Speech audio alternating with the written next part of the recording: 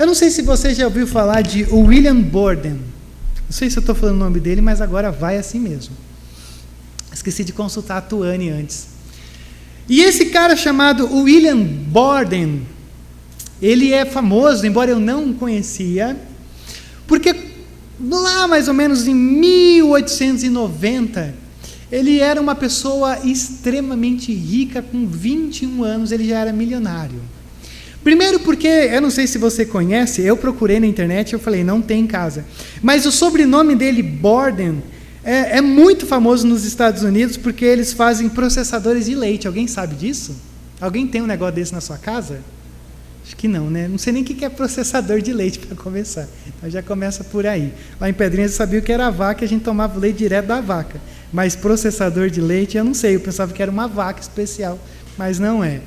E ele era milionário por causa da sua família. E aí então, já com 1 milhão, por exemplo, assim, com 21 anos, ele recebeu do seu pai algumas viagens para ele fazer. E ele começou a fazer algumas viagens pelo mundo.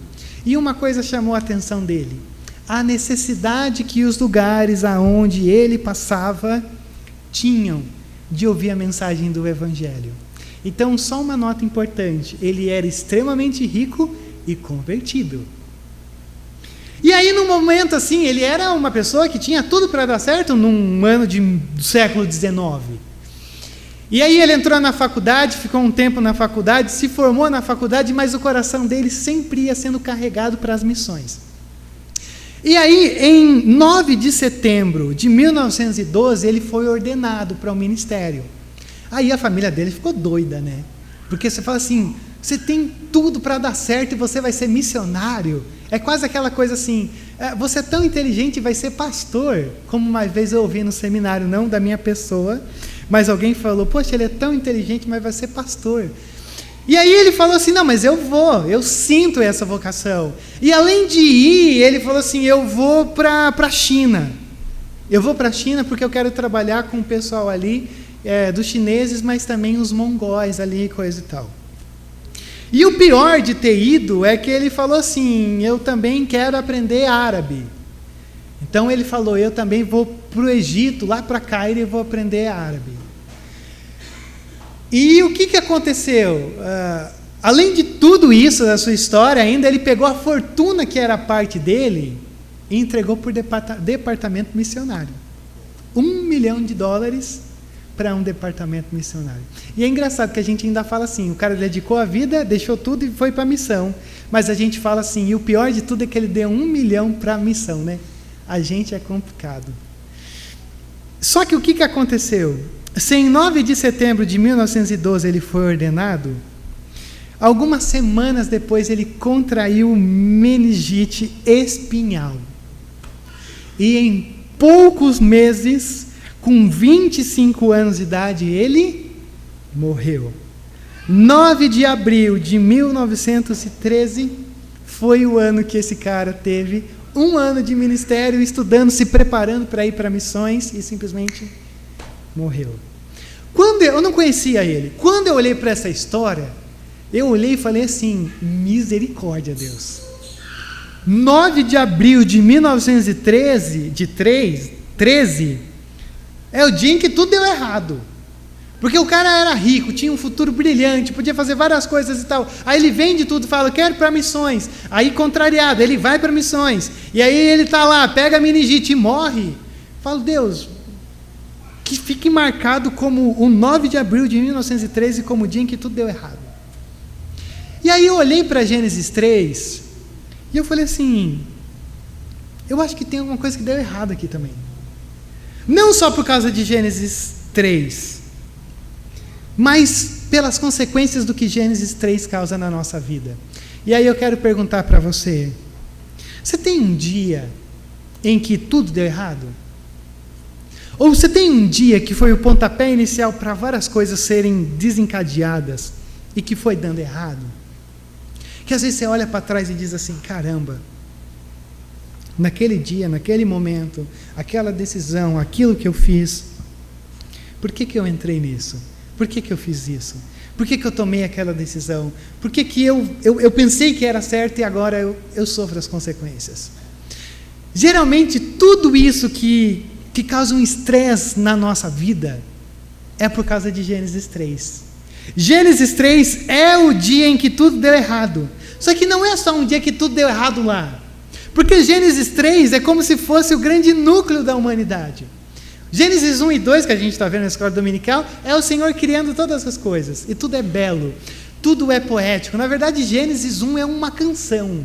É o Senhor dizendo e as coisas tomando forma. É o Senhor dizendo, as coisas separando. E aí cria o homem. E aí em Gênesis 2 ele começa a detalhar mais como foi a criação. E tudo funciona, tudo é bonito. Vamos assim dizer, são os dias que deram certo. Porque o Senhor sempre termina dizendo, isso é bom. Isso é bom, isso é muito bom. Só que quando a gente entra em Gênesis 3, já não é mais bom. Porque eles começam a ouvir uma serpente que está por ali. E a serpente começa a contrariar tudo que eles foram ensinados a fazer. Começa a trabalhar o coração deles, a mente deles. Quando vê, eles tomam uma decisão, desobedecem a Deus. E a minha má notícia para você nessa noite é que isso não foi só um episódio isolado. Adão e Eva são representantes da humanidade. Então, a partir do momento em que eles cometem o que é contrário ao Senhor, toda a humanidade passa a experimentar essa oposição a Deus. E é aí que a gente entra no nosso texto, porque quando eu olho para isso daqui, eu vejo que é daqui que nasce a nossa incredulidade. É daqui que nascem as nossas dificuldades. É daqui que nasce essa coisa de que a gente quer viver por vista. É aqui que nasce essa coisa de que a gente prefere ouvir a serpente. É daqui que nasce essa coisa de que, essa coisa da visão, essas experiências que a gente vai olhando nesse livro, de viver pela fé. É bonito, mas na vida prática é difícil. E tudo é difícil porque Gênesis 3 é um eco que vai sendo ecoado na nossa vida. A gente vai experimentando ao longo da nossa jornada a tensão que eles experimentavam. Então eu quero passar com você por esse texto, e eu espero que você olhe e diga assim, Rodrigo, eu estou vivendo o meu Éden. Eu vivo o meu Éden. E aí eu quero trazer para você algumas coisas legais que eu considero importantes para você olhar comigo e entender nesse texto. Veja como o texto já começa. Ora, a serpente era o mais astuto de todos os animais selvagens que o Senhor tinha feito. Ele já começa apresentando uma serpente. Uma serpente no jardim do Éden. Somos apresentados a esse novo personagem. E a serpente tem uma característica. O que diz aí? Você está prestando atenção? A serpente era o quê? Astuto. Astuto é ser sagaz, é ter uma prudência, é alguém que tem a capacidade de brincar com algo que é aparentemente bom, mas com uma intenção má. Olha só, como a gente já começa. Satanás, nessa serpente, é descrito como alguém que pega coisas boas e aparentemente te carrega por essas coisas boas com uma má intenção. Já começa por aqui. Porque essa serpente chega e diz assim para a mulher: foi isso mesmo que Deus disse? Não comam de nenhum fruto das árvores do jardim. E aí deixa eu perguntar uma coisa para você. A gente estava falando na escola dominical que a gente vai passando por alguns textos e a gente não percebe algumas coisas. Tem alguma coisa aqui que chama a sua atenção? Quando você olha para isso aqui? Se não chama atenção, deixa eu perguntar para você. Você já conversou com a serpente? A gente passa por isso daqui. Cara, eu nunca vi. Eu não sei você. Tem algumas pessoas que parecem ser meio serpentizado assim, tal, mas é outra história. Mas aqui a serpente fala. E geralmente, serpentes não falam. Cobra não fala.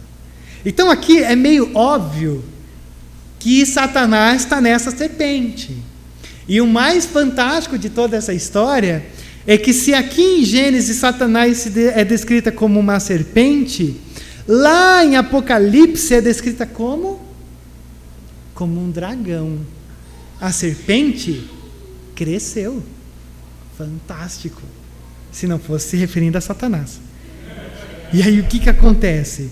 Ela chega para a mulher e diz assim: foi isso mesmo que Deus disse, não comam de nenhum fruto das árvores do jardim? E aí você começa a ver, olha, se você não se visualizar comigo nessa noite dentro do Éden, você não vai conseguir entender onde a gente vai chegar. Então entra lá e você é um espectador. Você é tipo o Adão, e aí vem uma crítica aos homens. Você é tipo o Adão que está vendo tudo isso daqui e não está falando nada, porque eu paro de um pressuposto de que Adão está assim do lado dela. Então você está do lado de Adão, você e Adão estão tomando uma posição terrível. E o Senhor havia dito para ele, o jardim está aí diante de você, pode desfrutar de tudo, mas tem uma árvore que não. E essa árvore você não pode comer. Mas, você tem um mundo inteiro diante de você. Mas essa única árvore não é sua. E eu não sei se você já se perguntou isso. Mas por que Deus faz uma coisa dessa? Por que Deus cria todas as coisas e coloca uma árvore lá dizendo assim, não coma? É como se Deus sabe como a gente é. Você sabe como é que é. Já estou aprendendo com a Elisa esse negócio aí. Elisa, você tem todos os brinquedos do mundo para desfrutar, mas eu quero a tomada. Eu quero a tomada. Elisa, não. É a única coisa que não pode. Não, mas é a tomada. E aí eu fico me perguntando, Deus, por que o Senhor deixou uma árvore lá? Se não tivesse a árvore da proibida, a gente ia estar vivendo literalmente um céu, não haveria morte, não haveria doença, não haveria mal, era tudo maravilhoso, mas tem essa árvore. E se você tem essa pergunta no teu coração, eu quero tentar responder ela de uma maneira razoável, para te ensinar o seguinte: essa árvore estava ali, porque quando Deus cria Adão e Eva, Ele os cria à imagem e semelhança dele, diz, eu fiz todas as coisas, agora está na tua mão, criar todas as coisas a partir do que eu criei. Deus colocou uma responsabilidade imensa em Adão e Eva.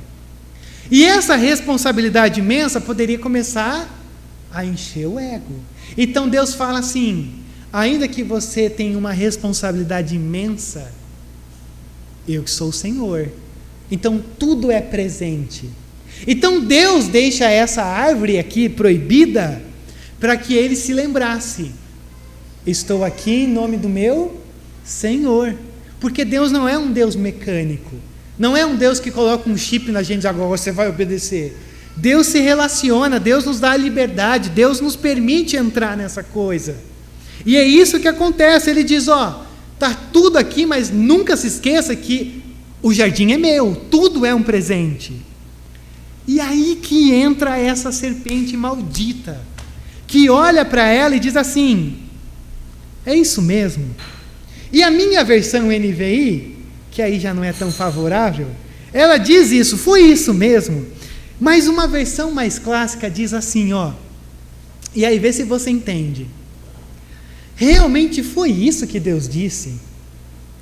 Porque quando você ouve assim, realmente foi isso que Deus disse, eu acho que dá um patamar diferente que vai te ajudar a entender aonde a gente vai entrar aqui agora.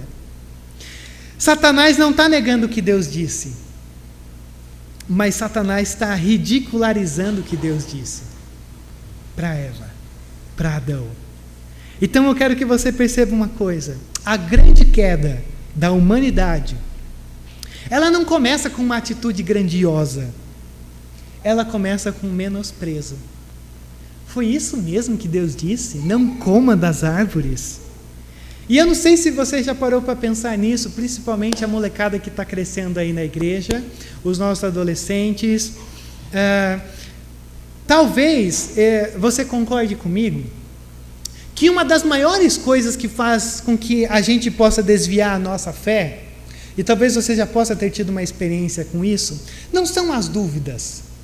Porque quando uma pessoa chega para você, geralmente uma pessoa de fora da igreja, de toda essa coisa, dificilmente essa pessoa vai chegar com uma dúvida para você, dizendo assim, mas peraí, como é que é essa coisa de trindade, de 3 em 1, de Deus e coisa e tal? Porque se você fala assim, é 3 em 1 e acabou. Ele vai falar assim, legal. E geralmente a técnica que é usada para nos desviar desse caminho não é questionamentos, mas é ridicularizar a nossa fé. E isso é diferente. É diferente uma pessoa questionar você e você falar assim, não tem resposta. Tá tudo bem. Agora é diferente uma pessoa olhar para você e falar, é sério que você acredita nisso? Que você começa a se sentir mal. Vocês sabem que eu digo para vocês aqui sem medo nenhum, que quando eu vou assinar qualquer coisa importante, eu digo que eu sou professor. Eu não digo que eu sou pastor, não. Porque eu tenho medo de ser ridicularizado, a pessoa olhar e falar assim, o quê? Você colocou errado? Sem contar que às vezes eu coloco ministro de confissão religiosa, para parecer mais importante ainda. Mas eu quero que você perceba uma coisa. Toda a nossa queda na nossa caminhada, geralmente ela começa na ridicularização da nossa crença. Não é porque você teve dúvidas, é porque você falou assim, cara, de verdade, eu acredito nisso mesmo. E isso geralmente acontece num ambiente onde as pessoas gostam de ridicularizar. E aí a molecada que está crescendo e talvez vai para a faculdade, é geralmente isso que acontece na faculdade. Ninguém vai perguntar, questionar a tua fé, mas eles vão tentar ridicularizar a tua fé. Dizendo, você acredita nessa história tão velha, tão antiga? E isso é uma coisa que Satanás usa para começar a envenenar o nosso coração. Realmente é isso? E olha só como a mulher vai entrando no negócio. Não é uma crítica às mulheres, tá? Porque o Adão está do lado, por isso que eu mesclo os dois e coloco os dois no balaio do gato, dizendo, que vacilo que vocês fizeram. Olha o verso 2. Respondeu a mulher à serpente, podemos comer do fruto das árvores do jardim. Mas Deus disse, não comam do fruto da árvore que está no meio do jardim, nem toquem nele. Do contrário, vocês morrerão. E a mulher então olha para a serpente e diz assim, caramba, peraí. Não, a gente pode comer. A gente pode comer das árvores do jardim. Mas tem um fruto que a gente não pode comer. Só que aí, se você for bem sensível, você vai perceber que a Eva, e esse é o nosso problema, geralmente a gente aumenta o que Deus disse. E você consegue olhar para esse texto aqui, na resposta de Eva, e perceber onde Eva deu uma aumentada? Dá uma olhada aí. Tem uma coisa que na ordem que Deus repassou para o homem, que ela acrescentou aqui. O que é? Não comam do fruto da árvore que está no meio do jardim. É isso mesmo, Eva. Nem toquem nele. E aí eu te pergunto, Deus disse para Adão ali atrás que não era para tocar no fruto? Não. Mas esse não é uma questão da mulher aumentar. É uma questão nossa. Ela aumenta o que Deus falou. E eu também digo para você que ela diminui o que Deus falou. Sabe por quê? Olha como ela termina. Do contrário, vocês morrerão. Ela diz, Deus falou, a gente pode comer, mas a gente não pode comer aquela ali e nem tocar, porque a gente vai morrer. E ela só diz assim, a gente vai morrer. Mas quando Deus dá essa ordem, Deus diz assim, certamente vocês vão morrer. Então você consegue ver aonde a gente está entrando? Eu fico me questionando sinceramente, como como é que eu posso dizer isso sem parecer estranho? É que há anos atrás a gente estudou aquele livro Silêncio de Adão, e eu digo que naquele estudo houve a minha segunda conversão, porque ele destruiu tanto a gente, mas tanto a gente como homem, que eu fiquei até sem esperança. Porque sabe o que eu fico me perguntando? Será que o homem passou certa a informação para Eva? Porque foi Deus falando para Adão para que não comesse. E aí, a gente pressupõe que Adão chegou para Eva e falou, Eva, agora que a gente está junto, Deus falou tudo isso, e ali está uma árvore que não pode comer. E eu me questiono, será que ele repassou certo? Porque você sabe que homem como a gente não passa certas coisas. A gente diminui a história dizendo, tem uma árvore aí que não era para comer. E eu fico me perguntando isso, mas eu não posso ir além do texto. O que eu posso olhar para esse texto e perceber é como Eva já está abrindo o coração para a serpente.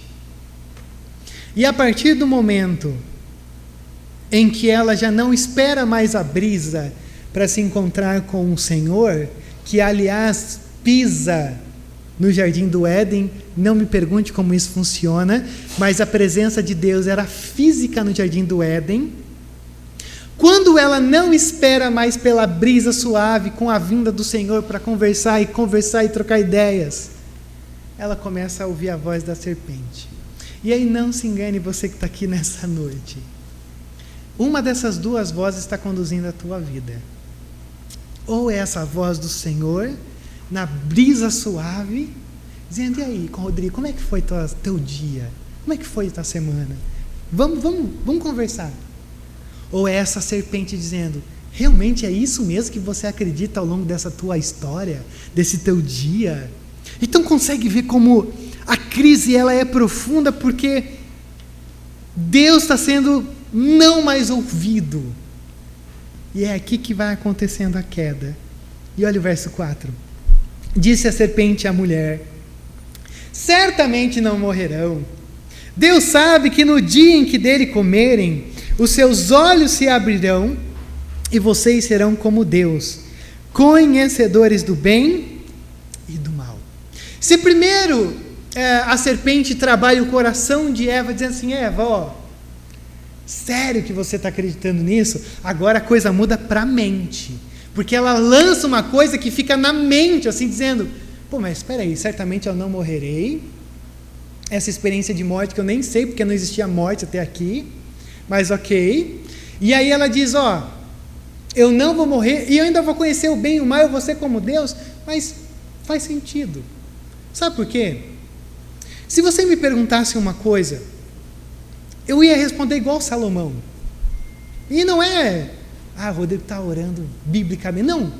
Se você falasse assim: Rodrigo, o que você gostaria de ter? Cara, sabedoria. Sabedoria para conseguir lidar com todas as coisas que eu vejo. E o que eu acho fantástico dentro dessa história é que quando a serpente olha para Eva, diz: se você comer, você vai ser como Deus, ou seja, você vai ter sabedoria para viver. E aí, se eu fosse Eva, eu ia olhar e dizer assim: eu vou comprar essa ideia. Porque assim, Deus nos criou a imagem e semelhança dele. E a gente está aprendendo a viver. E a partir do momento em que a gente precisa aprender a viver, se você come de um fruto que me faz ser como Deus, eu arranjei um negócio. Eu não preciso aprender, eu já serei. Não é à toa que o apóstolo Paulo, quando escreve lá em Corinto, capítulo 11, verso 3, olha só o que Paulo diz: o que eu receio e eu quero evitar é que, assim como a serpente enganou Eva com astúcia, a mente de vocês seja corrompida e se desvie da sua sincera e pura devoção a Cristo. O meu temor, Paulo está dizendo, é que vocês não sejam como a Eva, que a mente de vocês começou a ser desviada pela serpente. E aí eu quero dizer uma coisa para você nessa noite. Quando você olha para as tuas tentações e as tuas quedas, saiba de uma coisa: Satanás, o diabo, como você quiser chamar, ele é como um parasita. Ele só se alimenta daquilo que você está dando brecha.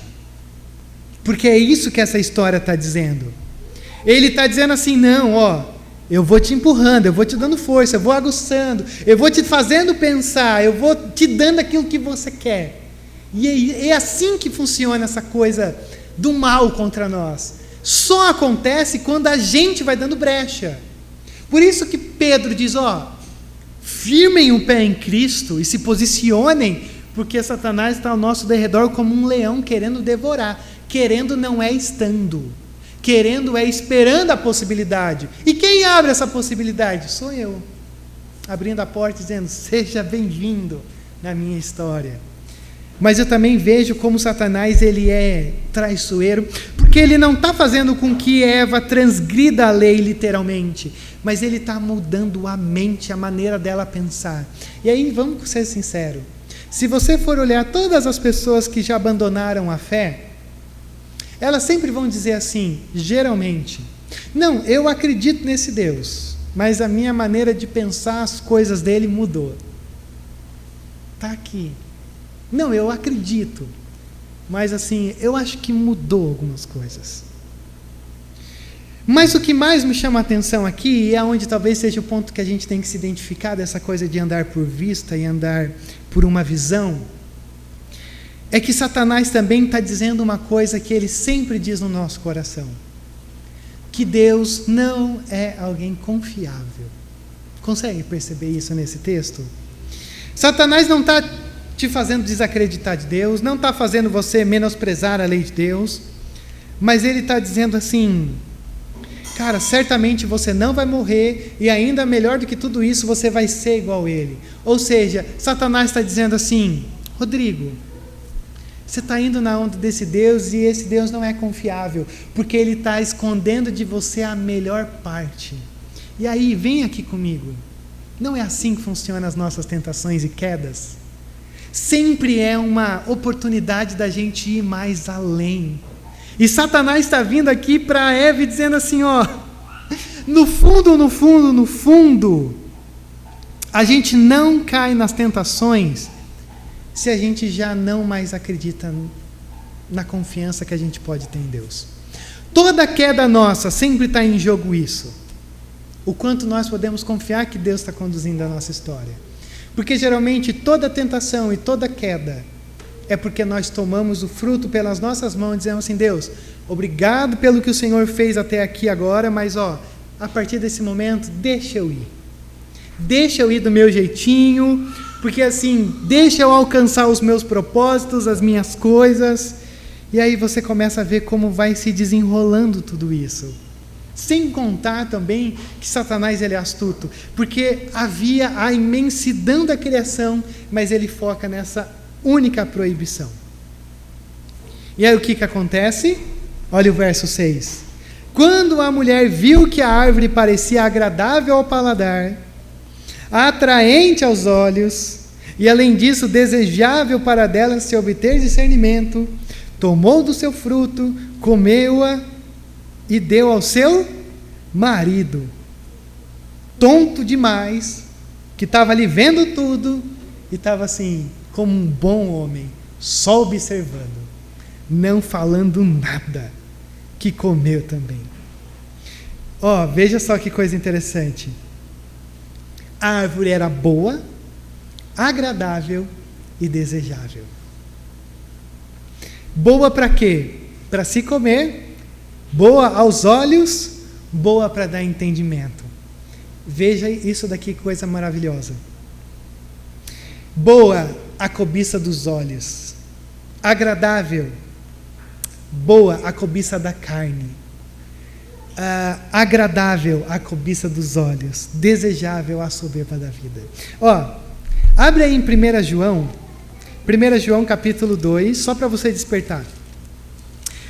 1 João capítulo 2, o verso 15 ao 16. Veja como isso daqui é a lei natural da gente. Tudo que a gente se depara ao longo do dia de amanhã, tá? Para não ir tão longe, vai tentar seduzir o teu olhar, vai tentar seduzir a tua carne e vai tentar trazer uma ideia que você precisa daquilo para viver. E aí, João, já sabendo que isso vai acontecer, olha só o que ele diz. 1 João, capítulo 2, verso 15 a 16. Não amem o mundo nem o que nele há. Se alguém ama o mundo, o amor do Pai não está nele. Pois tudo o que há no mundo, a cobiça da carne, a cobiça dos olhos e a ostentação dos bens, não provém do Pai, mas do mundo. O mundo e a sua cobiça passam, mas aquele que faz a vontade de Deus permanece para sempre. Ora. Como é que você está olhando essa vida? Como é que você está... O que você está desejando tanto? O que você está sonhando? O que você olha e você diz assim, quando eu chegar nisso daí, aí então eu vou... Cuidado, viu? Cuidado, porque o fruto vai ficando sempre mais atraente quando a gente vai deixando Deus de lado. O fruto sempre vai ficando mais atraente conforme o Senhor vai sendo esquecido. E aí, olha só, reta final do texto. Os olhos dos dois se abriram e perceberam que estavam nus. O tempo da inocência acabou. Agora eles já perceberam que tinha uma coisa errada. E então, juntaram folhas de figueira para cobrir-se. E aí, se você for uma pessoa atenta ainda nessa altura do sermão, você vai falar assim: Rodrigo, mas a serpente estava certa. Porque a serpente falou assim: se vocês comerem, vocês não vão morrer. E alguém morreu aqui? Não. Por quê? Porque não se tratava de uma morte física, se tratava de uma morte espiritual. Agora, eles descobrem a vergonha, eles descobrem a culpa, eles se sentem pessoas que agora se afastaram desse início da criação. E foi a partir desse momento, então, que eles começaram a perceber que estavam nus. E aí, deixa eu lembrar só alguns de vocês e mostrar para alguns outros que ainda não conhecem. Quando a gente olha para essa nudez, você vai ver que essa parte do texto vai sempre falar sobre a nudez. Primeiro diz, né, que eles estavam nus e coisa e tal, aí depois o Senhor faz as roupas para eles e coisa e tal, e aí o Senhor aparece para eles no jardim, e aí eles dizem assim: a gente ouviu o Senhor, e a gente viu que estava nu, por isso a gente se escondeu. E existe um jogo de palavras aqui, uma coisinha que é complexo, mas eu sei que você vai entender, que a nudez que é começada a descrever o homem e a mulher aqui, vem da mesma palavra de astuto, da serpente. O que isso significa? Que a partir desse momento, o homem e a mulher agora são a imagem e semelhança da serpente. A nudez não é só a nudez física, é a nudez da alma. Agora eles estão vazios de Deus. A partir desse momento eles estão serpentizados. E aí a má notícia que eu tenho para você hoje, mas calma, segura até o final, é que todos nós nascemos serpentizados. Todos nós nascemos com um mal dentro de nós. Todos nós nascemos afastados de Deus. E o pior de tudo é que todos nós pegamos um monte de folhinha de figueira para tentar cobrir essa vergonha. Mas não precisa. Não precisa não. Não precisa tentar cobrir essa vergonha. Sabe por quê? Porque o Senhor sempre vem na nossa direção. O Senhor aparece para eles e diz assim, verso 8: ouvindo o homem e sua mulher os passos do Senhor Deus, que andava pelo jardim, quando soprava a brisa do dia, esconderam-se da presença do Senhor Deus entre as árvores do jardim. A presença de Deus já não é mais algo que você tem prazer, mas agora você sente medo, porque agora você tem mais a ver com a serpente do que com esse Deus. E aí o que acontece? Verso 9: mas o Senhor Deus chamou o homem perguntando: onde está você? Mas Rodrigo, Deus não sabia onde o homem estava? Lógico que sabia, mas Ele está confrontando o homem para dizer: aonde você está? Sabe aquela pergunta que entra na tua alma? Se eu olho para você aqui nessa noite e digo assim, nesse exato momento da tua fé, da tua crença, da tua vida, aonde você está? Você fala: eu estou aqui na igreja. Não, aonde você está?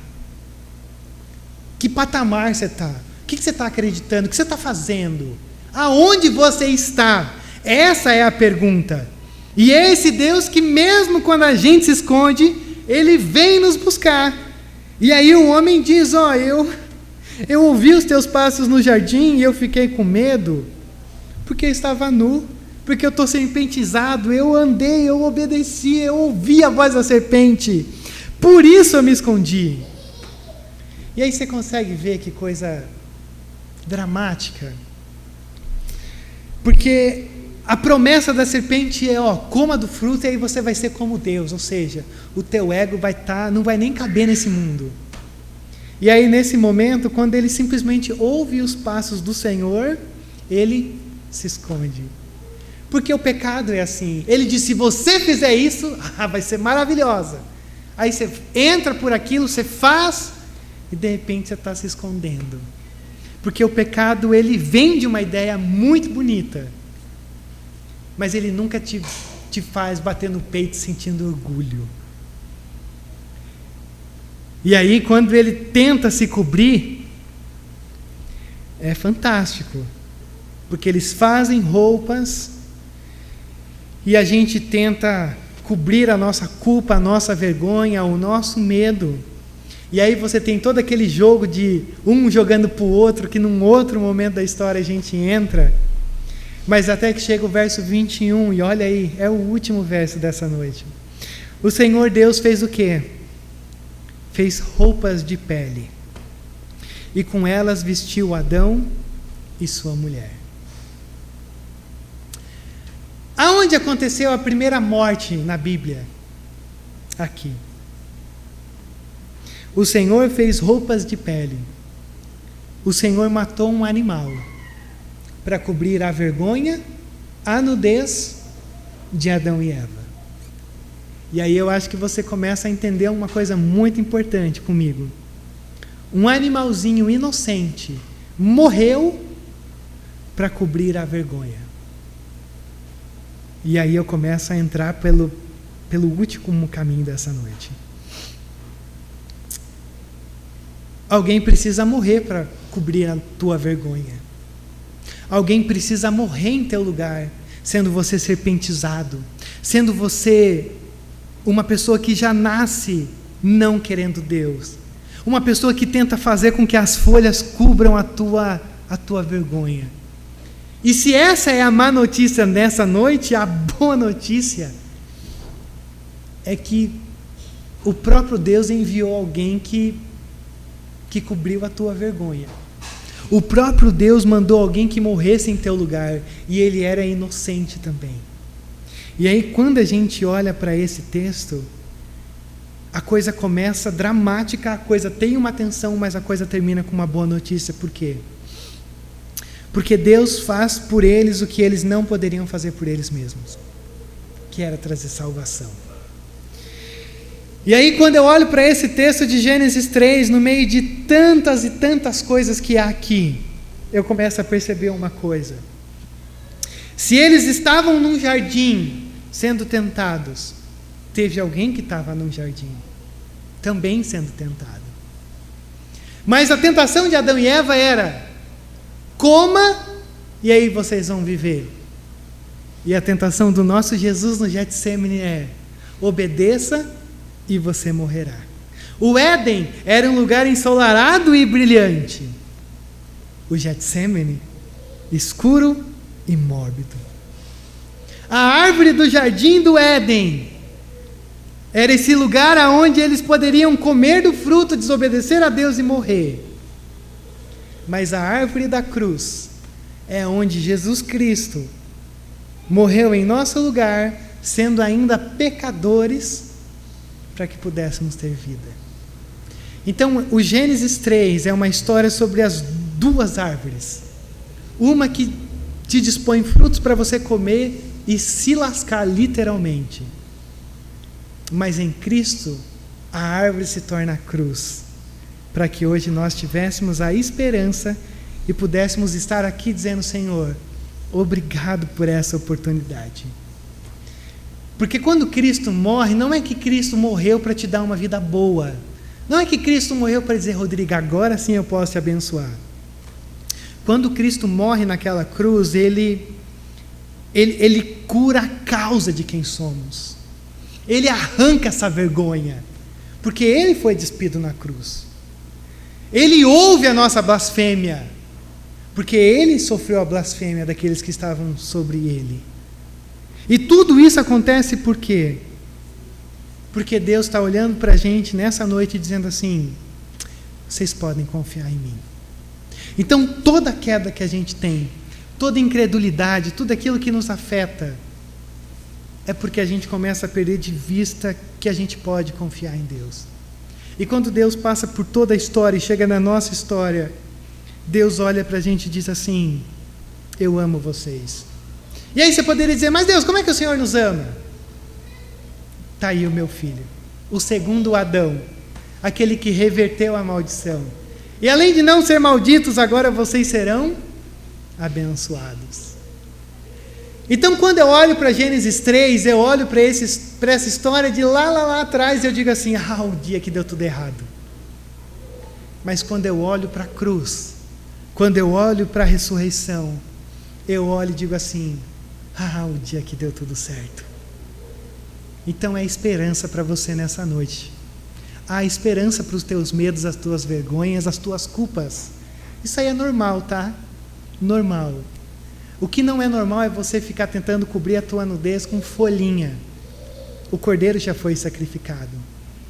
E da mesma forma que aquele jovem missionário morreu de uma maneira tão dramática, com 1 ano de ministério, nem chegou aí e já morreu, o seu 1 milhão que foi doado serviu para que muitos missionários varressem o mundo.